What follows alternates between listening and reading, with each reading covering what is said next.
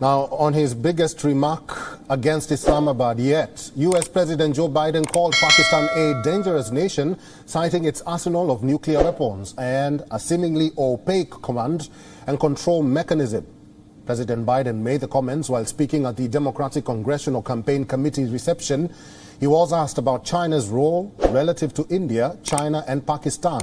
Biden said that former President Barack Obama gave him the task of dealing with Xi Jinping when he was the vice president. He then talked about Pakistan, where he said, and I'm quoting here, "What I think is maybe one of the most dangerous nations in the world, Pakistan, nuclear weapons without any cohesion. It holds." End of quote. Meanwhile, Pakistan has summoned US envoy to its foreign office over Joe Biden's comment. Moreover, the remarks made by the US president could be seen as a huge setback for the Shehbaz Sharif government's bid to improve ties with the United States. While Shehbaz Sharif's opposition PTI has slammed the US for its comments, ex-minister Fawad Chaudhry demanded that Biden should immediately retract his statement. Now, in a tweet, former Human Rights Minister Shireen Mazari said that Biden's quote-unquote rant on Pakistan is not unexpected and that they have been doing it regularly.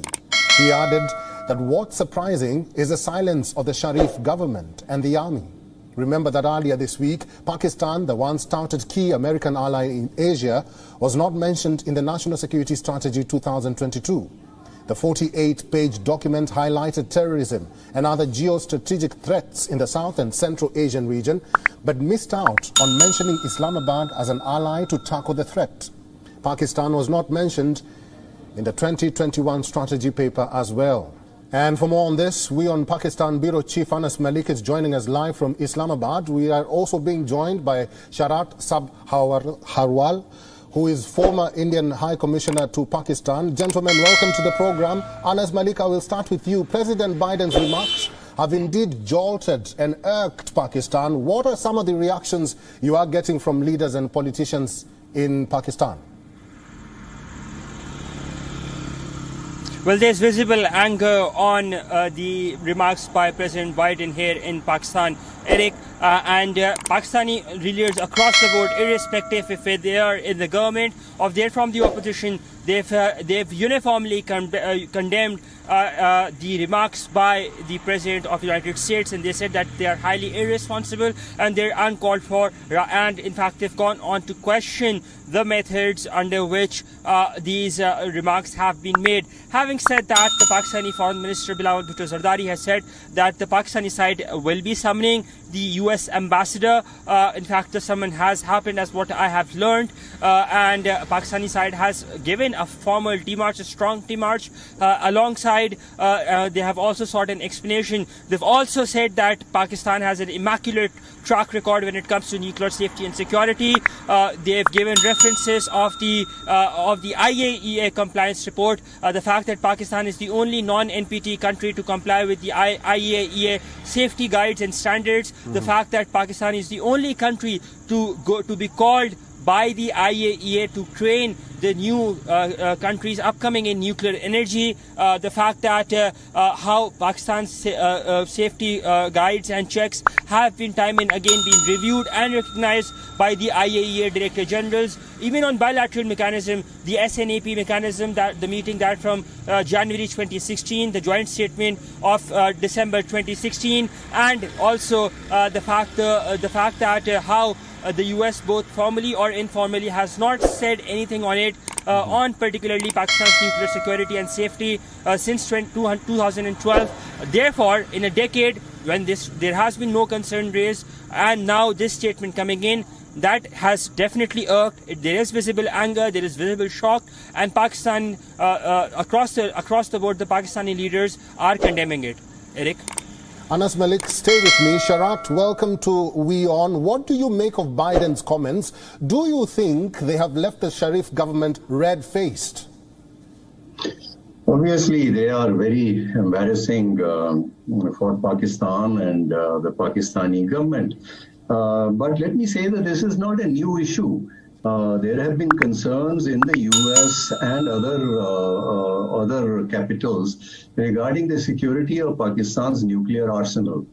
And that because of the fact that that arsenal exists in the presence of a large number of terror groups that have been active in Pakistan. And some of those terror groups are known to have committed terror acts in Pakistan in the past in league with radicalized elements within the Pakistan Armed Forces.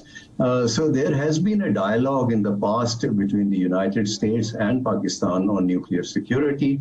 The Americans have also offered technical assistance to ensure better security of Pakistan's nuclear arsenal. So nothing new. In fact, you might have seen that a spokesman of the US government, when asked, repeated that the president said nothing new. And he also said that the president views a secure and prosperous Pakistan as critical to the U.S. interest. So, they tried to make up a little. But obviously, a statement coming from President Biden at this stage, as I said, is very embarrassing for the Pakistan government. Sharat, I'll come back to you. Going back to our correspondent, Anas Malik, and we know that the ambassador has been summoned. What's the next course of action that is expected from the Shehbaz Sharif government if Biden doesn't retract his statement? Well, Eric, I have not been able to make out your question. Can you please repeat? What is the next course of action for Pakistan if Biden does not retract his statement?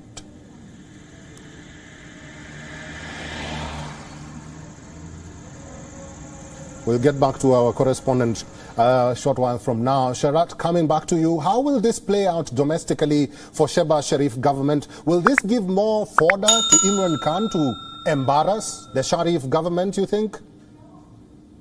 Yes, absolutely. Imran Khan's narrative has been that he was ousted from power at the behest of the United States by the army chief who collaborated with Pakistan Democratic Movement, members of Pakistan Democratic Movement, those parties. So obviously, this will give added grist to the mill of that narrative.